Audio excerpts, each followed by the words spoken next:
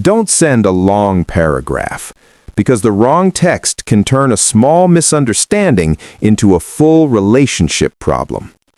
I have been that girlfriend who was emotionally flooded, hurt, triggered, trying to explain myself, and it came out as attitude.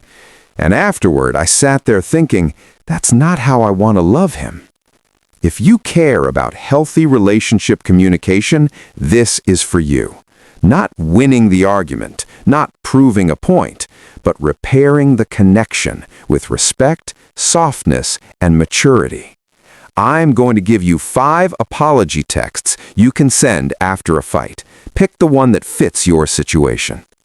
Text him this: "Babe, I know you're upset. I'm sorry for how I spoke to you. I should have been calmer and more respectful. I'm not trying to fight you. I'm trying to be good with you." Because most men don't want drama. They want peace and respect. Text number 2. "I have been thinking about it, and I understand why you're angry. I didn't handle that well. I'm sorry. I don't want to add stress to you. I want to be a safe place." Text number 3. "Please don't shut me out completely. I'm here. I'm listening. I don't want to go back and forth. I just want us to be okay again." This one is for when he goes quiet and you feel the distance. Text number 4. "You are my man, and I value you. If I made you feel disrespected, I'm truly sorry. Tell me how you'd like me to communicate when we disagree, because I want to do better." That is not weakness, that's relationship maturity.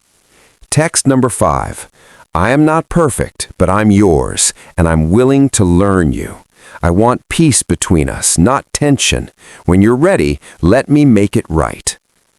This is the part most women get it wrong. After you send the message, don't chase. Don't double text 10 times.